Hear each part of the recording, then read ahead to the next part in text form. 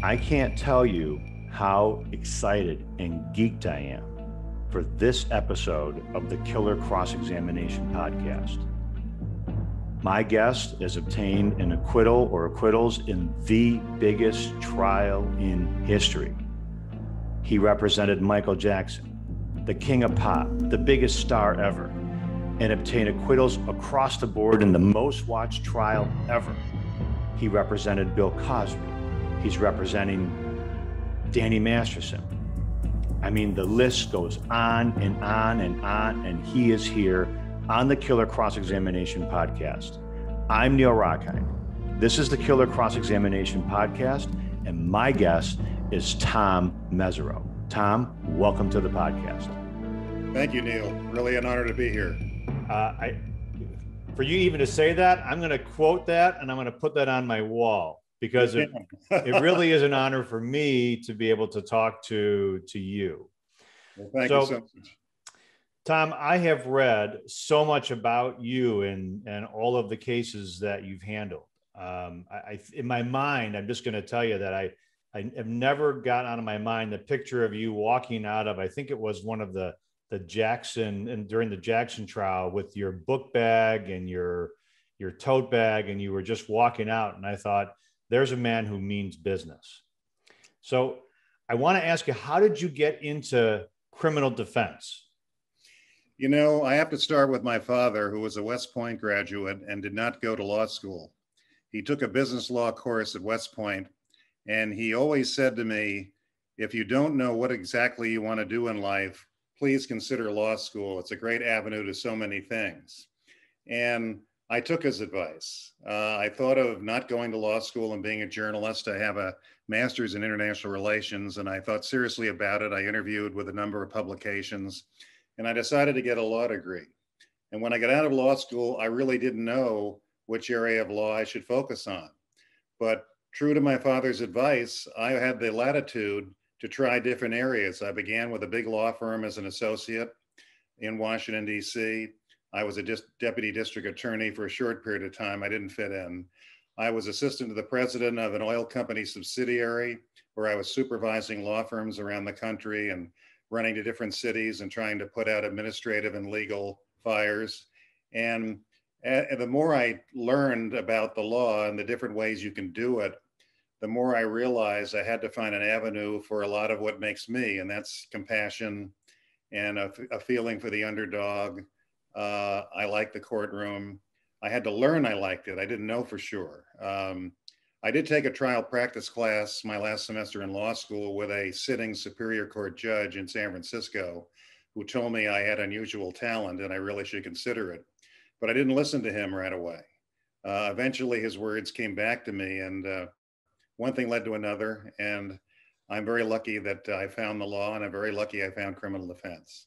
Now, have you ever written, I looked, have you ever written a trial practice book, like, cross-examination or opening statements or voir dire by Tom Mesereau? I have not. Any reason? I just didn't bother to do it. I've certainly given some of my views and thoughts from time to time in various articles I've written for legal publications, but I never thought of putting a legal textbook together. I am in the process of writing a form of memoir with a journalist. We've been at it for a while, off and on, and I'm going to talk about various cases I handled that I think are very instructive about what you should or should not do and how you should or should not think when you're doing them. But that's sort of something we're doing gradually. I haven't chosen a publisher or anything of that sort, but about half that book is written, and I will get something out. But no, I never thought of doing a textbook, to tell you the truth. The reason why I asked that is that I'm sort of I've read excerpts of your cross-examinations. I've read excerpts of your cross-examinations from the Jackson trial.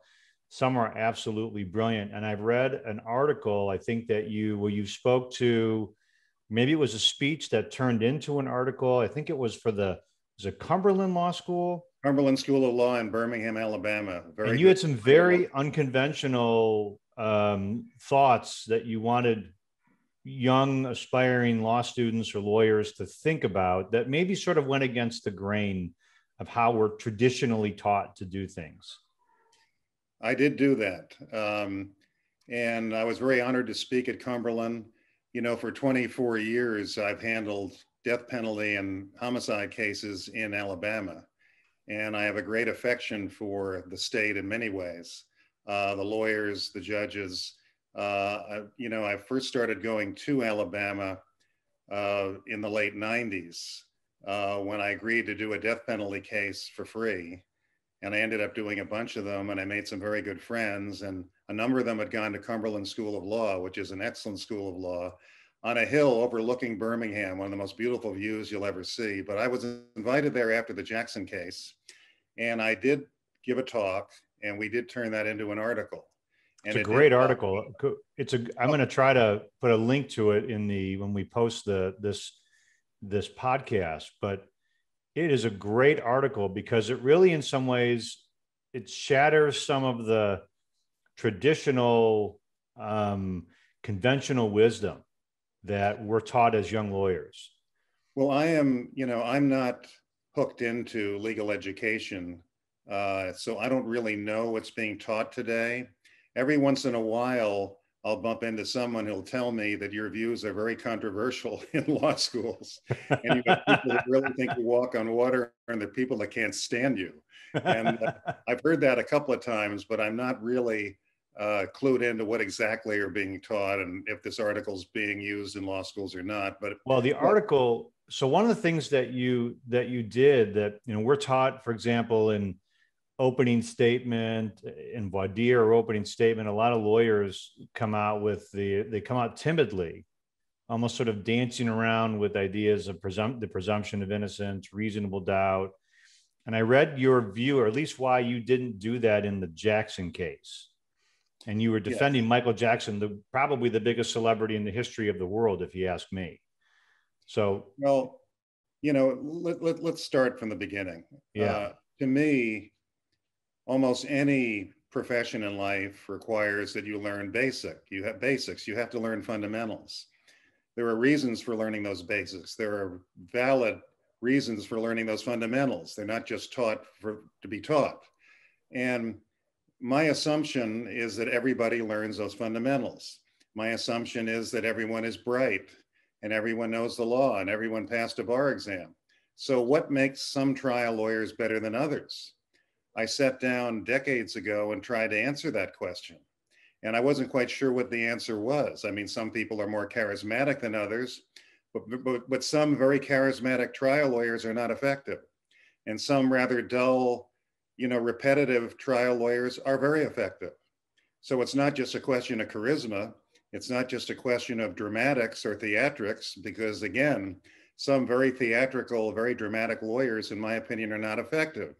Some very humdrum sounding and looking lawyers resonate with juries and they get good results. It's not a matter of articulating perfectly, because you could look at the transcripts of lawyers who articulate perfectly and it seems so perfect, but then you look at the results and they don't have very good results. On the other hand, we've had tremendous trial lawyers who sometimes, if you look at their examinations, it doesn't look like they put a sentence together right. But they know how to communicate in a real, authentic way. They know how to get to people's hearts and minds in a very natural way that's natural to them. And I started thinking about this a long time ago. I'm a very prolific reader of trial books. I collect them. I have for 40 years. And I'll read them and reread them. I'm talking about memoirs. I'm talking about textbooks. I'm talking about journalists' accounts of trials and what lawyers were doing. Sometimes some of the most insightful books about trial lawyers are written by journalists who are not lawyers. But at any rate, I've read and reread these books for so long, and trying to apply them to everyday life. I really believe that trial law is something that's more an art than a science. It's not something that, A plus B equals this.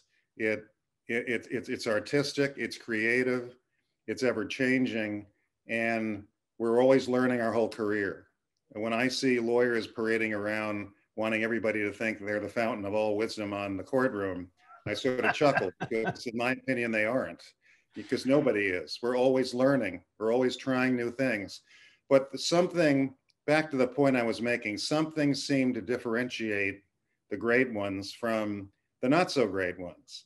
And I came to the conclusion that trying to put things into some general principles, the great ones knew who they were comfortable with who they are or were. They learned how to present themselves, just as they are, without any embellishment or any artificial theatrics, that kind of thing. And I also decided they took chances. Now, if you play it safe in the courtroom, you'll never get embarrassed. You'll never ask a question or cross-examination you don't know the answer to. You'll follow all the rules. You'll make sure that you're never embarrassed, but you won't win the big ones either. There are cases that you can make or break with some of the risks you take. And on the other hand, if you take risks, you can also get burned big too. And I've had that happen in my career, like I've had some good wins. So I think it's a question of how good you want to be, how much you want to learn about yourself and others, because insight into people is very important. And we don't get insight into people in law school at all. It's a very intellectual exercise. We have to like people. We have to care about people. We have to study people, feel people, develop our intuitive abilities, our instincts for courtroom success are things that are somewhat innate, but also can be developed. You're always dealing with spontaneous situations that you didn't plan for and you have to react. Put all this together, and I think the things that make the difference between the good ones and the not so good ones are knowing themselves, presenting themselves in an authentic way, studying hard at what they do, and taking risks. So let me ask you, you've written, or it has been written, that in the Michael Jackson case in which you obtained an acquittal on his behalf, and I know you believe, and from what I've seen, it appears as though he's innocent in that case, and you've stood by that proclamation. Yes. From that all the way up until today. Yes. One of the questions that you have written about, or that has been described as critical, maybe a turning point in the case, maybe the most important question that you asked in the case of all of the, I don't know how many days the trial went on, but it was weeks, right? It went 5 months. And you asked the question, why? Yes, that was the principal accuser. I had the accuser on cross-examination, and I didn't believe these charges for 1 second for a lot of reasons. And I knew that he and his family had tried to be very close to Michael Jackson, and they were close for a long period of time. And he was taking care of the family and being the generous guy he always was. And then at one point, he wanted to get away from them. And he began to distance himself. And they began to get frustrated. They were spending a lot of time at Neverland, where Michael lived. And he was, again, very kind and generous to them in many different ways. And they began to get very frustrated and upset with him. And to make a long story short, I started cross-examining this accuser and began to have him go into the reasons he was upset or frustrated with Michael. And I said at one point, "You were mad at Michael Jackson at this point, weren't you?" And he said, "Yes." And I said, "Why?" And he rattled off a whole number of things, but the thing he left out was being molested. It's unbelievable. And what's amazing about that is that we're taught time and time again not to, ask the question why. Well, and there's a good reason for that, because if you ask an open-ended question like that, you invite the witness to just respond with a whole parade of horribles about why the other side should win and you should lose. You would just open the door for almost anything. But I'll tell you something else. Asking a why question can also force the witness to reveal who they are. And I think sometimes lawyers miss the human component of a trial. There are some people you want the jury to see who they are. And if you don't ask probing questions and let people talk, nobody finds out who they are. Now, sometimes you may have a witness or even a client, you're not exactly wild about revealing everything about them because they have a hard edge or they don't seem to come across well, and you may try to restrict them in your examination, whether it's direct or whether you're cross-examining someone. But if you think the jury needs to know who your client is, or the jury needs to know who an accuser is on cross, you got to get them to talk. Yes or no questions don't tell anybody anything. Or excuse me, yes or no answers don't tell anybody anything. But and it's scary for lawyers who want to be in total control to ask an open-ended question or let the witness talk, because again, you don't know what they're going to say. You know, I had a sexual assault trial years ago in Los Angeles. I really felt my client was completely innocent. He was the nicest person on the planet. He was an auto mechanic, and he loved to just talk and talk and talk. And he was so likable in everything he said and did, a very kind person. And I put him on the stand and I asked, you know, tell the jury about your background. And he went on and on about it. I fixed this car and I love this car. And then I see, oh, by the way, I saw this guy the other day. He had the greatest car. I hadn't seen a car like that in so long. You know, went up to him and I said, and he wouldn't stop talking. And finally, the prosecutor, who thought initially he was going to damage himself, began to realize, oh my God, he's taken over the courtroom. So the prosecutor started to object. You know, I mean, you can't just follow the fundamentals or the basics, which are abstract principles, and you've got to dig into the humanity in the courtroom. What is when you asked that principal accuser the question why? Yes. Was that on the fly, or was that something that was that instinct? Was that something instinct that you had planned out ahead of time? That was instinct. I had not planned it at all. No, I just didn't think these charges were valid charges. I didn't think this person really, truly believed this had happened to them. I felt there are a lot of reasons why this person was saying this and maybe believing it at the time in his own way. But nevertheless, I felt there were real deep emotional reasons why they were mad at Michael at that point. And this was not one of them. So when you go through a case like that, Tom, do you have notebooks and outlines and things that you're using, or do you have some other way to keep all the information in front of you? What I typically do is I'd like, for every witness or potential witness, I like to have 3-ring binders. I'd like every document that refers to that witness, whatever the document may be, in chronological order, okay? And the documents could be police reports, they could be interviews, they could be newspaper articles, they could be anything. FBI 302s, they could be, you name it. I want them in chronological order, because the more you go over them, the more you see patterns or breaks in patterns. You'll see testimony change. You'll see testimony become possibly embellished. You'll see new things pop up here while something else is happening that might have a connection to it. And the more you go over that chronological compendium of documents, the more you see things that might provide good avenues for cross-examination. So that's how I start, but I don't write out my questions like I did as a young lawyer. I'll put a word, I'll put a topic. What I do is in my notebooks, I have certain phrases yellowed out, I have tabs, and I've gone over it enough, and I've gone over things in my mind enough that when I see a certain tabbed item or yellowed item, it triggers a question. And that's kind of how I do it. So I read, and tell me if this is true, and if you can, that for one of the witnesses because I view you as a lean into the case type lawyer, not a shy away from the case type lawyer. And I say that because I know there was a moment where you were ready to, I read attack. I mean, I don't say attack, but go after a witness. And the way the witness came across on direct examination, you decided you had 20 binders or ready to go, and you just pushed them aside and did something different. Did I read that correctly? That was Michael Jackson's ex-wife.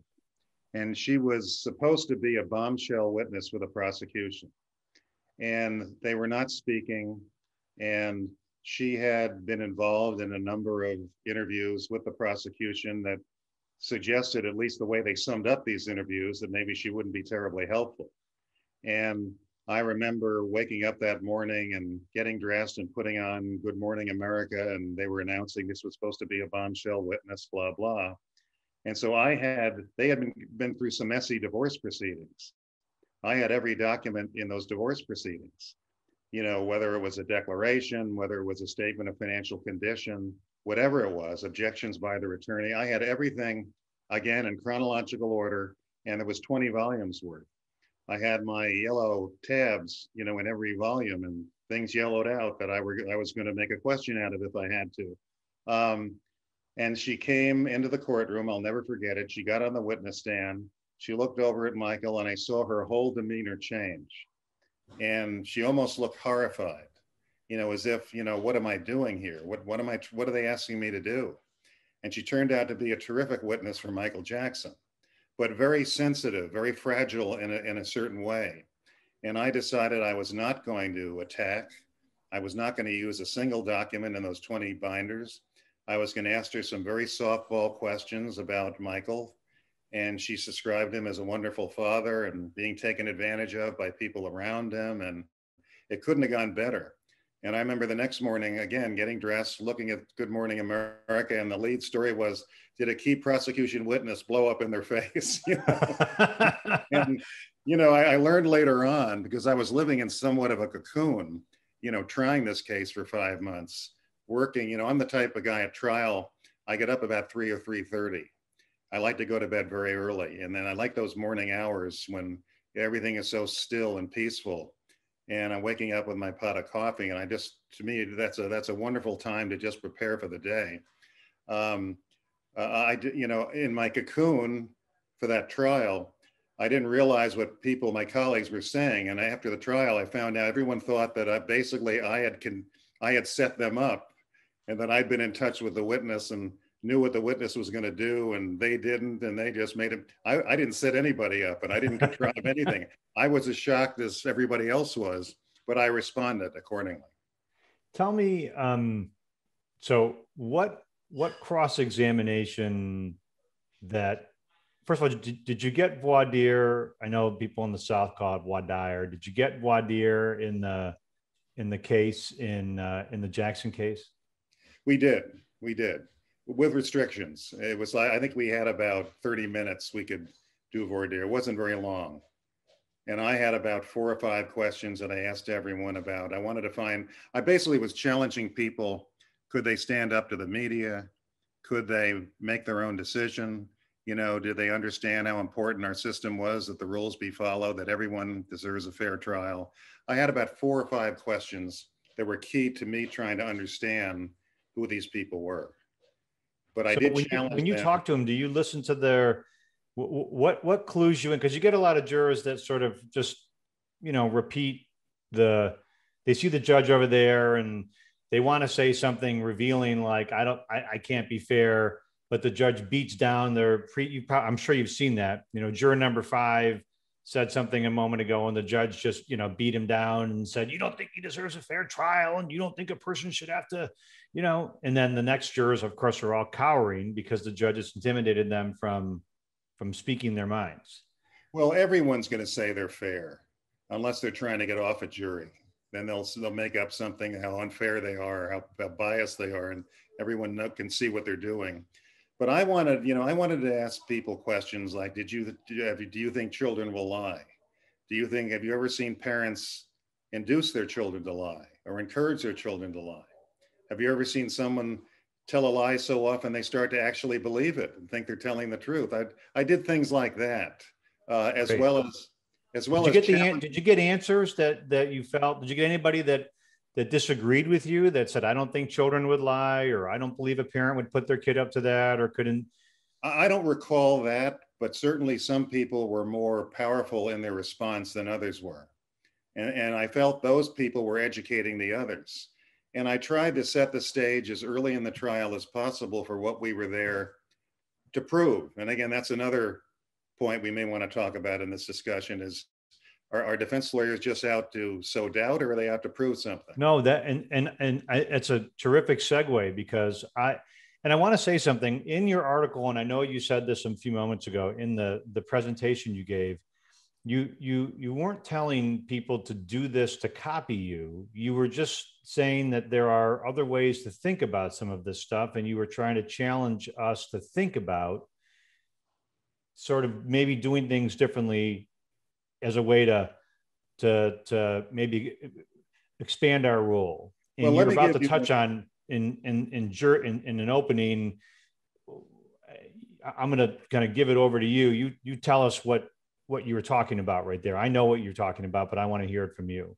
Well, in terms of opening statement, this is the early stages of a trial, whether it's a short trial or a long trial. And first impressions can be lasting impressions to a lot of people. People will change their impressions if they have reason to do it. But I think first impressions are important. And I said to myself many years ago, we've been taught to walk on eggshells in opening statement. Be very careful you don't present something that you can't back up in the trial. Don't make a statement that a witness is going to say this if you're not so sure if that witness is actually going to be available, or say it. Don't give an argument about your client's innocence and prepare yourself with a prosecutor in closing argument to say, remember Mesereau said that in his opening? Well, he didn't really follow through with that. So we're taught to be very careful, extra sensitive about something we can't back up. And then I said to myself years ago, how many prosecutors have I seen give a powerful opening statement where they point at the defendant and say, that person did counts 1, 2, 3, 4, and 5. You know, and they'll do it with passion, they'll do it with conviction. You know, have you ever heard of a jury going into jury deliberations and saying to themselves, you know, that prosecutor said he was going to prove counts 1, 2, 3, 4, and 5. I think he may have proved count 1, but he didn't prove 2, 3, 4, or 5. He lied to us. We're going to acquit on everything. Have you ever heard of anything like that? I haven't. I haven't either. If it doesn't apply to them, why shouldn't it apply to a defense attorney? If you have a good faith belief that you intend to do something in your opening statement, if you have a good faith belief that the evidence will allow some logical and good faith conclusions that are helpful to you, why should you not just spell them out in an opening statement where first impressions are so important and proceed on that basis? If they're not going to hold prosecutors to that standard, why are they likely going to hold you to it? And it just didn't make sense to me that defense attorneys were either waiving opening statement or giving very lighthearted opening statements when prosecutors were tearing up the turf and not being afraid of some of these counts were very weak. Right. And I hear there are the lawyers who start off with reasonable doubt and the presumption of innocence. And I understand that that's a safe play, but boy, it certainly seems like you could lose some jurors who think, you know, he's sort of hiding behind a technicality. He's not giving us the story. I never mentioned burden of proof. I never mentioned reasonable doubt. I never mentioned presumption of innocence. I fear that your typical juror will say that's a fancy lawyer hiding behind technicalities, hiding behind legal concepts. And I think they want to know what the truth is. Excuse me. And they think the lawyers know the truth. Now, sometimes the lawyers really don't, but they think we do. And they think there's only one truth, not two truths. Lawyers think, you know, there's a prosecution case and a defense case, or there's a plaintiff's case and there's a defense lawyer's case. No, to the jurors, there's one case, and it has to do with what happened. What's the truth? So they think we know it. And if you get up right away and start hiding behind or looking like you're hiding behind legal technicalities, I think it hurts your credibility. I don't think it's a good way to start. In the Jackson case, I got up and told them I was going to prove that he was innocent.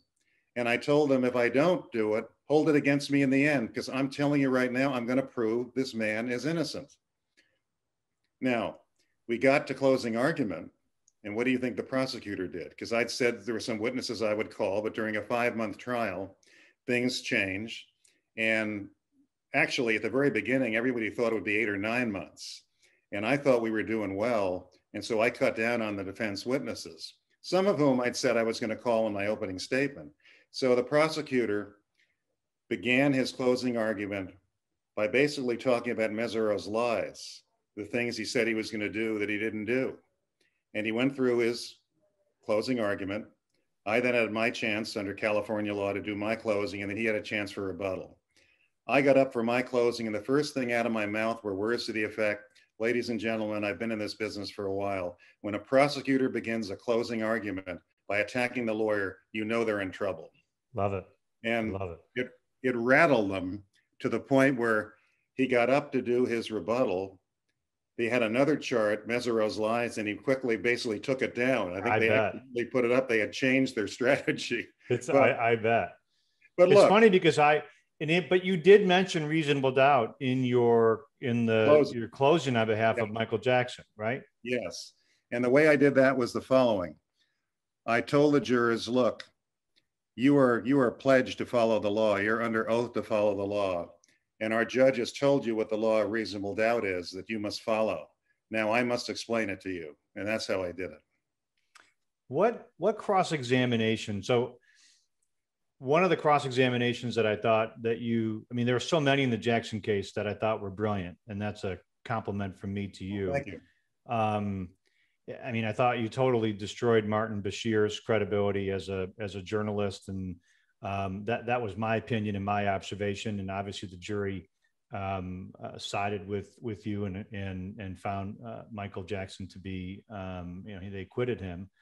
But there were others. And one was another one that was really significant to me was you actually confronted, I believe it was the principal accuser in the case, and he ended up blaming the court reporter for a contradiction that you caught him in. I don't recall the blame on the court reporter. It may have happened. I just don't quite. I think remember. It was on a plane, and he had talked about a red cup with a circle around it. I do remember that. And at one point he said, "I never said that. She got it wrong." I think I now remember what you're talking about. Yes, that was a plane flight, and the prosecution was trying to show that Michael Jackson had a habit of giving alcohol to underage kids.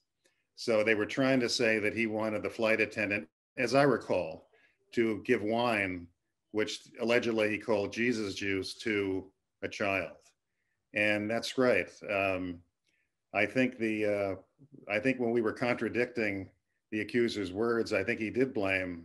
And I read it and said, you said, well, I want to show it to you. Do you see that? And then I believe the witness said, she got it wrong. And you were so quick on your feet, Tom. You said, she got it wrong? The court reporter? Says, yeah, she got it wrong. And you said, do you know what she does? Because you just basically, anytime a witness blames the court reporter, you've sort of won a significant battle. You've moved in my opinion, you've moved the ball down the field. So what cross-examination really stood out for you in the Jackson case that you thought was one of the pivotal turning point in the case? Well, I think my cross-examinations of the family of accusers were critical. A couple of journalists told me later on that everybody could have packed up and gone home once those examinations were done. They felt that these were the key witnesses in the case, and they just didn't have the credibility that you needed to prove a case like this. So I think I cross-examined the mother, I cross-examined the two brothers, and I cross-examined a sister. And they all were very different kinds of people and all required a different sort of touch in terms of how you went forward with what you were going to try to impeach them with. And they had different personalities, in my opinion. And again, I think trial lawyers, if they want to excel, have to study people. I mean, as time went on in my evolution as a trial lawyer, I stopped taking as many notes on cross-examination and just opened my fingers so I could feel the energy and basically would look at the witness and feel what I felt and see what I saw of the witness. And that I discovered was more important to me than taking a bunch of notes. Which I hate watching lawyers turn into scribes. I can't stand it when they got their head down and they've got their sheet of paper with the two lines, in the middle, and they start to they're just writing everything down. And I'm wondering, what are you writing down? You should already pretty much know this. It's much more important to study the person, feel the person, get a sense of where they're exaggerating or where someone may have helped them phrase what they're saying, what seems artificial, what seems contrived, what seems self-serving. Find out who the person is and go to work in a very natural, intuitive, instinctive way, combined with all the preparation you've done, all the impeachment material you have. I think it's a creative process. You're painting a portrait you haven't really painted before. You're doing it in the light of the courtroom and with everyone watching you. It's a different type of process than we're taught in law school. But we were not taught in law school how to study people, how to feel people, how to understand them. We're taught to take notes, and we're taught to regurgitate. We're taught to, fill our brain with concepts and facts, all of which is extremely important, but none of which particularly trains you to be a spontaneous trial lawyer in the courtroom. And again, you're going to get burned if you take risks. And I've been burned a number of times, and it didn't feel good. But I'd rather take my chances and go for a win than just do everything safe and nice and right and not be effective. Are you comfortable? Can I ask you about any of those moments where you felt like you got burned? Because you've mentioned that a couple of times. Well, I can't think of any at the moment that stand out. But if you ask why questions or you ask how questions, if you ask, someone to explain why they said what they said or why they did what they did, you are giving them a tremendous amount of latitude. You've got to have maybe other purposes in mind. Now, maybe you don't mind if they burn you a little bit, if in the process they give you information that leads you in some other directions that are valuable to you, which leads me to another point. I think good cross-examiners, if they see they're on a point. If they hear a witness or see a witness, give them something that can take you another direction. It's good. You want to go that direction, but you always want to at some point return to the point you left. So good cross-examiners have a way of compartmentalizing things in their head. So they'll go off on a tangent they think may help them, that may have sprung up by surprise. They'll take it as far as they can, and they will always return to that point they were trying to develop. Did you have a feel by the time you were closing the case in the Michael Jackson case that you were going to win? I was very positive, but it's hard to just say I'm going to win this in a criminal case where the allegations are so horrific. I mean, remember what these allegations were. They were conspiracy to abduct children, to falsely imprison a family, and to commit criminal extortion. Then you had the molestation allegations, and you also had allegations that a cancer-stricken child was plied with alcohol to prepare that child to be molested. I mean, these were ugly, serious, horrifying allegations. And the emotions surrounding allegations like this, are very, very problematic for a defense attorney as you walk in and try and dispel these things. And you don't know those 12 jurors. You never met them before. They all come from different backgrounds. You tried to read them as best you can when you were in selection, but you don't know who's going to dominate, who's going to have more stamina in the deliberation room, and there's so many imponderables. So to say I got this one is something rarely. Are you watching the jurors during the trial, or are you focused on the witness, or are you? I find myself, for whatever reason, when I'm in trial, I somehow have developed the ability to sort of. I feel like to see it all, but I always have somebody there sort of watching what I'm not really focused on at that moment. How about you? Well, I do what you do. I also look over periodically, not in any intense way. You don't want to offend anybody or make anyone uncomfortable. You don't want to be that guy, the lawyer, staring at one of the jurors like this. I don't think that's a good idea. But I certainly look at them from time to time, and especially if the prosecution is examining a witness, you're looking at the witness, you're looking at the jury, you're looking back at the witness, when you're focused asking your questions, I don't turn and look at the jury very much. I really don't. When the jury returned when they came back, when it was announced how long was the jury out? They were out 8 days. So did that 8 days, did that embolden you? Because there's all the old wives' tales about what lengthy deliberations mean versus not versus questions. Did you engage in any of that sort of self-punditry? You're always waiting on edge for something to happen, whether it's a question, whether it's a verdict, whatever it is. This was a 5-month trial. So to have them out for a week really suggested they were looking over everything very carefully. I never read too much into it. I'll tell you a story you may not know. The jury started deliberating on a Friday. They went through the whole next week, and the following Monday came back with their verdict. The Saturday after the Friday they went out to deliberate, the prosecution had a victory party at a local restaurant where all the investigators and the DAs and the police officers, the sheriffs, were having a great meal and drinking. And I thought it was bizarre that they would have the temerity to do that in the middle of jury deliberation. But again, you asked me about the Jackson case. Remember, this was the most watched trial in world history. Yes, it was. And during those 8 days of jury deliberation, the media were trying to spin a conviction. So the major networks were showing, at least every couple of hours, they were showing the jail cell they said he was going to go to. They were talking about what his life would be like in jail, what time he would have to get up and what he would have to eat and what books he could read and who could visit him. And I mean, in my opinion, the media's attempt to prejudice the jury while they deliberating was outrageous. So you never know what all this craziness will do to a jury. So was I confident? I was. As I said before, I severely cut back on the number of witnesses we were going to call. When the prosecution rested, I had so many good days on cross-examination, I had to give serious thought to whether we even put on a defense. But you did put on a defense in the case. We did. I came to the conclusion that we would probably hang if we rested and didn't put on a defense, that we had to really tell our story and address some of these horrible allegations by the prosecutors. So I decided to put on a defense, even though that's always risky because your witnesses are now subject to cross-examination. And there were very good prosecutors in the case.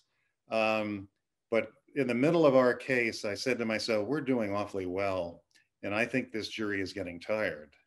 And I think it's time to cut our list short, get this to the jury. And unfortunately, I was correct. The prosecution put on a very short rebuttal.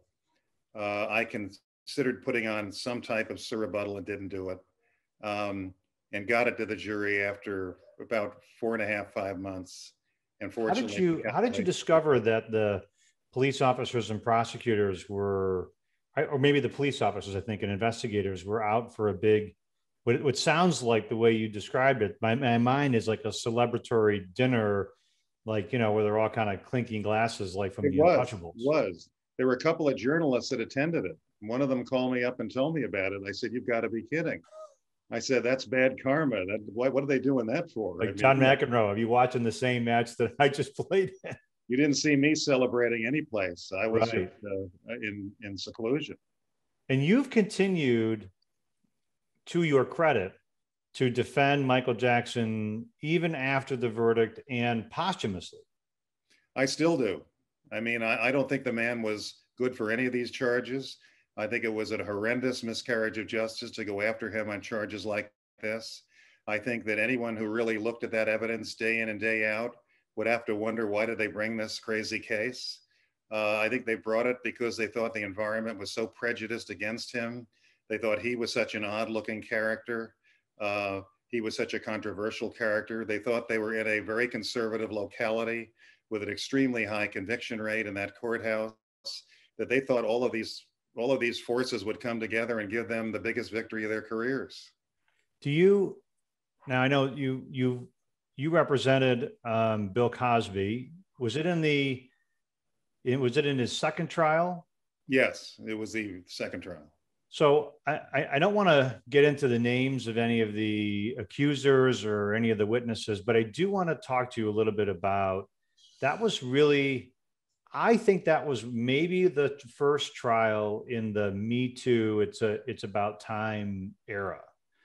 Yes, it was. What was it like trying that case with that high profile of a celebrity, particularly everyone knowing that you had represented Michael Jackson and obtained an acquittal, with Harvey Weinstein, and he shouldn't have even been mentioned, but every article had, Bill Cosby and Harvey Weinstein sort of tied together.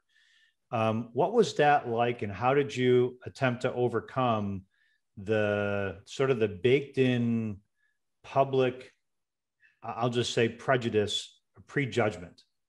Well, the way you've described the environment is absolutely correct. It was a very prejudicial environment for any defense in a case like that.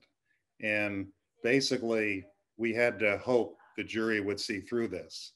But as you probably know, the trial was highly unfair. It was the most unfair trial of my career. The judge in the first trial of Bill Cosby, the judge had allowed one unrelated accuser, in addition to the main accuser, to testify.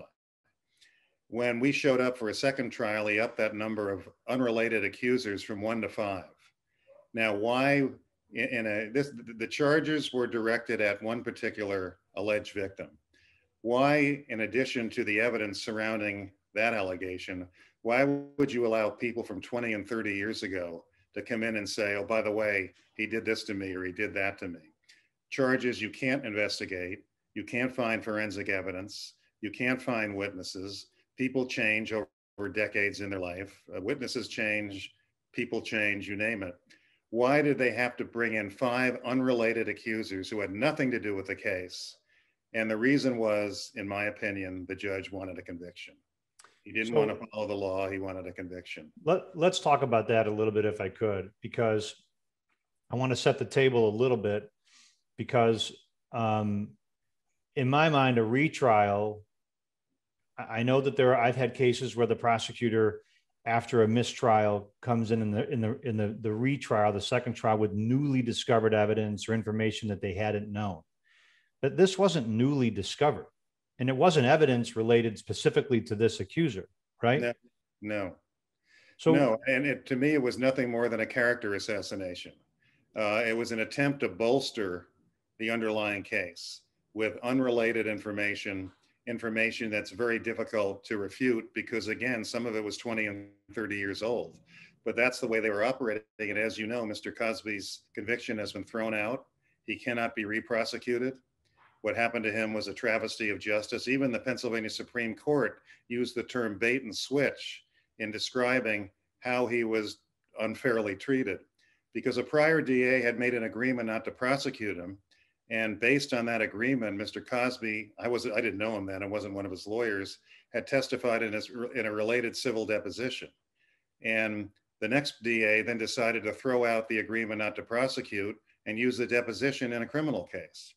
And thank God for the Pennsylvania Supreme Court. They had the professionalism and the courage and the integrity to see this for what it is, a bait and switch. I mean, it was a complete misuse of the judicial process. You had a judge and a DA that were not following the law. And I think they're waking up pretty embarrassed today over what Tom, they did. were there moments in that case where from your perspective, the prosecutors had, I don't want to say you have a playbook, because that would be a total disservice to the way that you approach cases, but that they had an idea of some of the things that you might do from the cases you've tried and won in the past, and then tried to get in front of it and tried to stop you from doing them in that trial? I don't know if they did that or not. I assume they did. But, every trial is unique. Every case is different. To try and, go from one case to another and say this is going to work the same way is usually something that's kind of futile. So I don't particularly care if they study what I've done and try and predict what I've done, because I think of myself as pretty unpredictable for the most part. Could you, I'd like you to walk through, for those who are not, because we get listeners who aren't lawyers and who aren't law students, who are just people interested in trials, and really my belief about trial lawyers is that people like you are the last great storytellers, because we don't really have the new storytellers anymore, because they're not. We don't have the Edward R. Murrows and, you know what I mean, the Peter Jennings and Ted Koppels. We don't have them. Would you talk us through what is, 404B. That's a technical rule. You called them unrelated accusers. Talk us through how in some way it's fair for the prosecutor to introduce witnesses who are going to point the finger at your client, in that case, Bill Cosby, and say that they too were victimized, but it's not character assassination, not by the judge's definition, at least. It's one of the great fictions in the law. It's almost embarrassing to listen to a trial judge instruct the jury, this is not being introduced to show evidence of bad character. This is being introduced to show a pattern of conduct or absence of mistake or whatever they like to say. And you know darn well that it's being used to show bad character. That it's being used to prejudice the jury against the defendant. There's no other way to look at it. And in that case, as I said before, the judge decided to allow 5 women who had nothing to do with the underlying case. Some of them had allegations 20 and 30 years old, to have them come in and testify to what they claim Bill Cosby did to them. And the first trial had 1 of them, and that ended in a hung jury. So the judge decided in the second trial to up it from 1 to 5. Was that a judge trying to be fair? I don't think so. That was a judge trying to prejudice the jury any way he could against the defendant. What was it like during that trial with that particular judge? And I'm aiming towards this topic. Was he a difficult judge to try a case in front of, in your opinion? And if he was or he wasn't, how do you deal with difficult judges that try to get in your way? Well, he tried to appear very amiable and very friendly to everybody. But I learned very early in the case that he was out to help the prosecution, in my opinion. And my response to that was to load up with 4 appellate lawyers on our team, have them file objections on a daily basis, supported by points and authorities. We moved for umpteen mistrials. I think we moved for like 13 or 15 mistrials. I wanted to perfect the appellate record as best we could because I saw what this judge was trying to do, in my opinion. He was not there to be fair. A real judge is a neutral arbiter. A real judge is neutral, tries to give each side a fair trial, doesn't see themselves as having a stake in the outcome. This was exactly the opposite of that, in my opinion. He was out to get a conviction. It was the biggest case of his career. So he tried to act like he was amiable and likable, but he really, in my opinion, was not. The first thing I did, as I said before, was make sure we had the best appellate record on the planet, which we really did. I've never tried a criminal case which had a better appellate record than this one. And it paid off, as you can see. The other thing is you try to, that jurors respect judges, and you can't lose sight of that. They tend to look at judges to guide them in ways that they may not be terribly comfortable with, but you also have to stand your ground as well. And I tried to be respectful of the court, respectful of everyone in the courtroom, respectful of the procedures, but make my points too. You can make points without being overly hostile. You've got to show respect as much as you can. And by the way, there are jurors, if they see a judge running wild on one side, they may not like it either. But I think jurors tend to want to look up to a judge if they can. So you've got to make your record, be forceful, be aggressive, but always do it within the context of respect for the court and respect for the process. What's the longest trial you've been in? Well, the Jackson trial was 5 months. I did do a public corruption trial in Oakland, California, which is near San Francisco. It's Northern California, in the Alameda County Superior Courthouse. That was a public corruption trial. That went 5 months too. But there were longer breaks in the middle of that 5-month period, probably the Jackson trial. What's the shortest trial you've done? Well, I've done some civil trials too, some bench trials, that were relatively short, a few days. I guess I'm asking, like, the shortest jury trial you've had. I mean, I imagine you as sort of a big case, bet the farm, bet the company type lawyer. That's how I view you. And usually those are not, your shoplifting case or your Well, I've driving tried while juvenile. suspended case. No, I've tried juvenile cases, in front of judges, not juries in California that lasted a day or a couple of days. I've tried, as I said before, civil cases that lasted a few days. I've tried plenty of misdemeanor cases that were jury trials that lasted a few days. So I've run the gamut. It's not just big cases. Have you ever had a cross-examination of a witness that you extended purposely to the end of the day to put some of the bad stuff that maybe the witness had said behind you so that you can come back strong the next morning? I have done that. I don't know generally how effective that is. I don't think there's any way of determining how effective it is, but I've also had co-counsel come to me and say, take him 20 more minutes because then we can regroup and come back in the morning. Yes, lawyers do that all the time. Is it really that effective? I don't know the answer to that, but yes, I've done that. So the reason why I ask about long trial versus short trials, I think that in a longer trial, I want to see what your opinion is about this. In a longer trial, you have the opinion to create that contrast between you and the judge and to show the judge being unfair to you, or to show that you're really the person who deserves to be considered the truth teller, the truth seeker. In a shorter trial, it's very difficult. You come in and the trial, the judge says, we're going to be out of here by 4:30 in a short one witness trial. It's harder, in my opinion, to sort of show that contrast. Do you agree or disagree with that? I do agree. And of course, an opening statement is going to be more important in a shorter trial than a longer one. But yes, I do agree with what you're saying. I think sometimes it takes a number of days and a number of witnesses for the jury to really see who you are, which raises another related point. I always tell people you've got to be who you are. You can't be a fake. You can't be just some theatrical actor. You have to be a real person. You have to be you. And I always supplement that statement with the idea that if you are a fake, and maybe a good fake, you may pull it off for a few days, but after a couple of days, the jury's going to see who you are. You're not going to put on an act that long. So be who you are from day one. So tell me a couple of things. What cases are you involved in? Are you currently handling now? I'm defending Danny Masterson, an actor from the 70s show, in a very serious case. He's a wonderful client, wonderful person.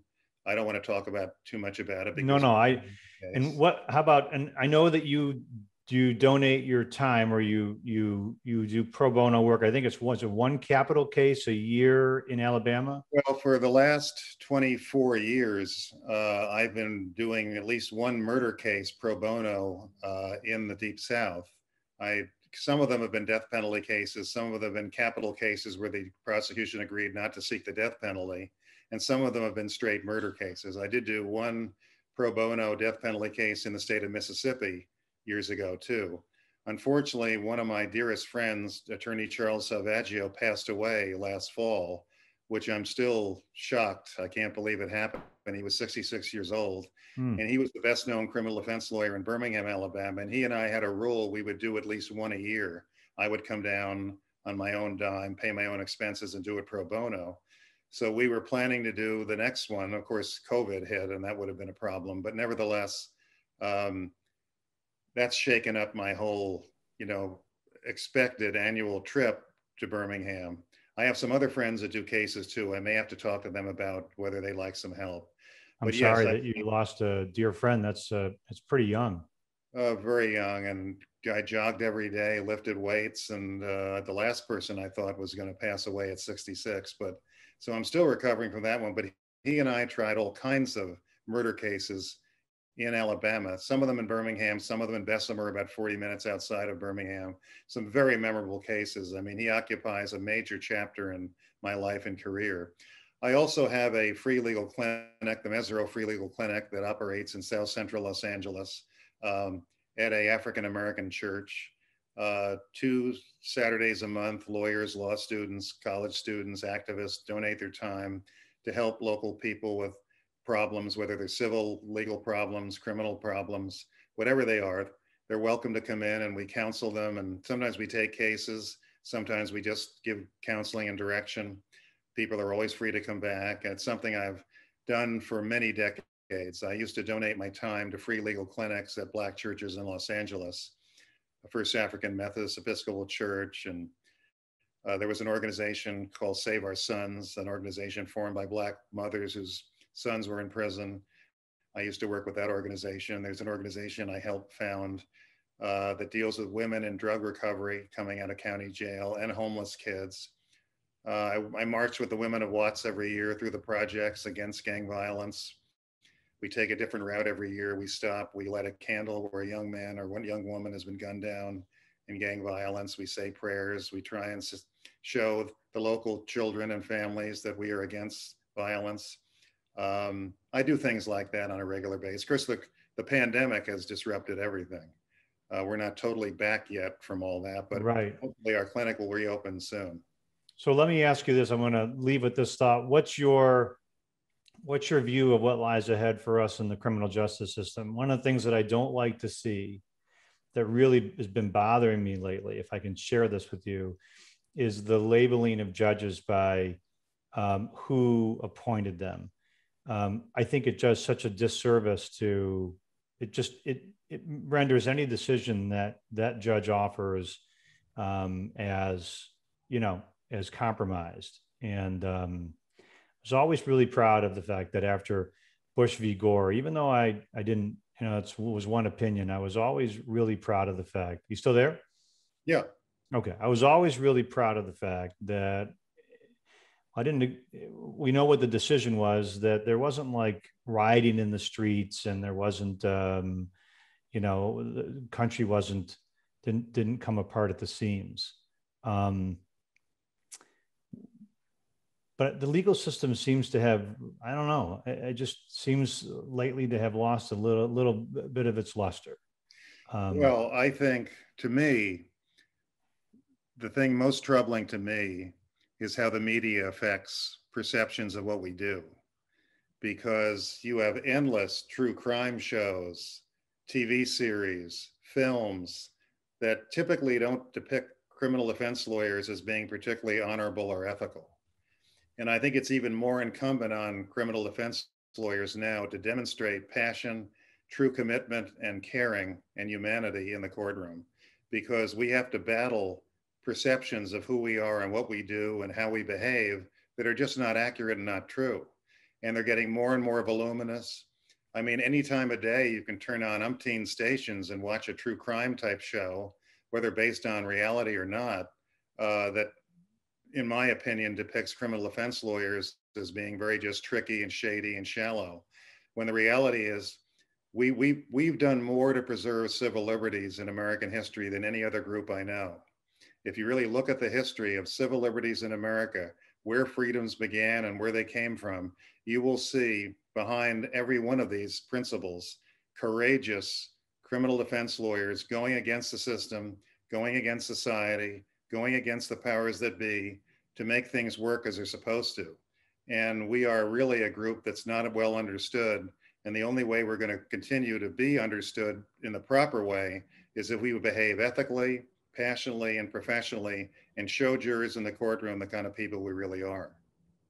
Tom, I couldn't have possibly scripted a better ending to my discussion with you than that. And that wasn't scripted at all. I'm just having a conversation with you, but I hope that somewhere down the road, somebody will take what you just said and will repeat it and remind those who are listening that we really aren't it's not like Law and Order, where you look at the defense lawyer who's pulling, these tricks in the courtroom and is labeled as sleazy. We really stand in front of people and next to people. And I know, like you, I've heard you say to each witness in a case, I'm Tom Mesereau, I'm with him, or I'm with her. Yes. And I think you mean it. So, Tom, if people wanted to find a way to learn more about what you do, where would they go? Where would somebody go on the internet or on a social media to find out more about what's happening with Tom Mesereau and Mesereau Law? Just Google Mesereau Law Group. You'll find me.